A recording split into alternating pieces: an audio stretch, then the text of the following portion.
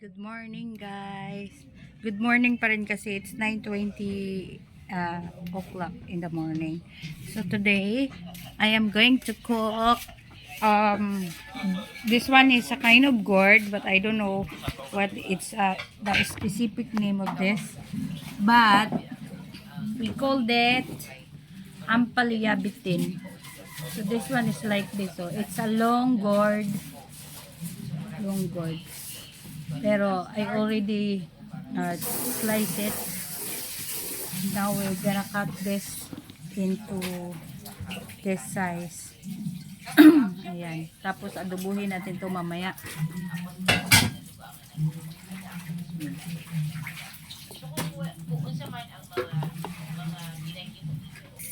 So ayan guys, atin ang hugasan ang slice ko na siya, so hugasan ko na siya. Hindi na to kailangan. Masam na ito. Masam na ito. Ito skillet. Ito oh. Ito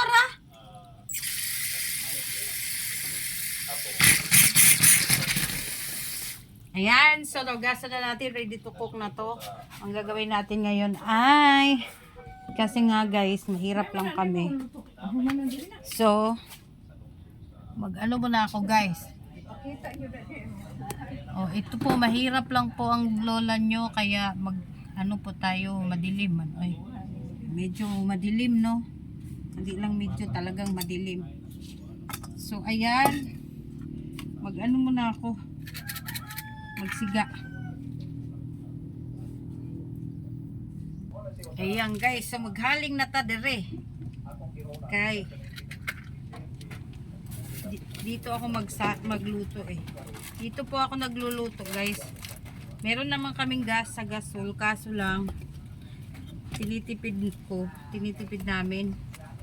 Para ang mahal kasi ng gasol dito. 1,280 ang isang tangke.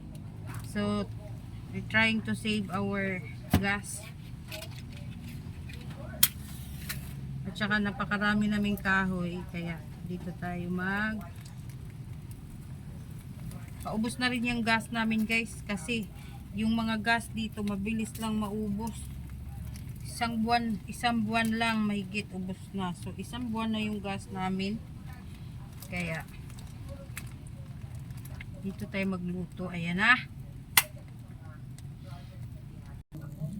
Ayan, nag-apoy na siya, bongga-bongga. Ganyan lang po kasimple. Simpleng buhay ni Janine. Yan o, nakita nyo ba? Nag-apoy na siya.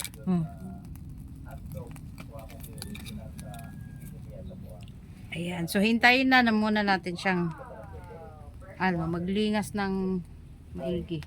Tapos lulutuin na natin yung ating ampalaya. So ayan na mga guys. Ilagay na natin ang kawali. Kasi umapoy na siya.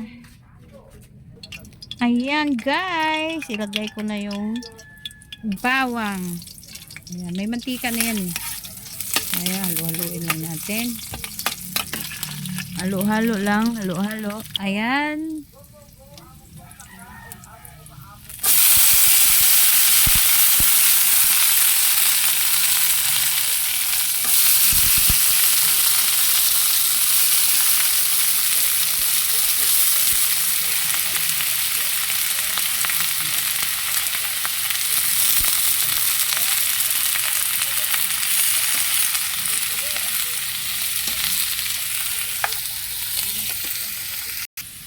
Ayan, so lagay ko na yung tuyo guys. Simpleng luto lang talaga ito. Para lang meron tayong pang ulam-ulam. Tuyo lang. Tapos, takpan na natin.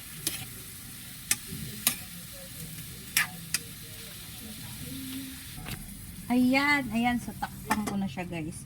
So dito sa probinsya, ang mga matatanda, ayaw nila ng may mga bitchin, magic sarap.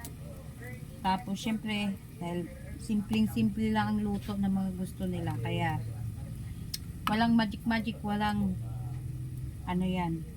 bitchin. So, takpan na natin para maluto na siya. Ayan, malapit na yan maluto. Ang lakas umapoy ng mga kahoy, ano. Napakarami naming kahoy, guys. Ayan, oh. Mga sinibak pa yan ng asawa ko. Tapos meron pa kaming 2 sako na hindi pa namin nagagamit. Ayan. Tapos meron pa dito. O, di ba? Napakaraming kahoy. Meron pa diyan. Ayan. So, hintay na lang natin na maluto yan. So, ayan na guys. Luto na to. Ayan. Meron na akong kanin dito. So, ilagay ko na lang yung kulay sa ibabaw. Kasi kakain na ako. Nagugutom na ako.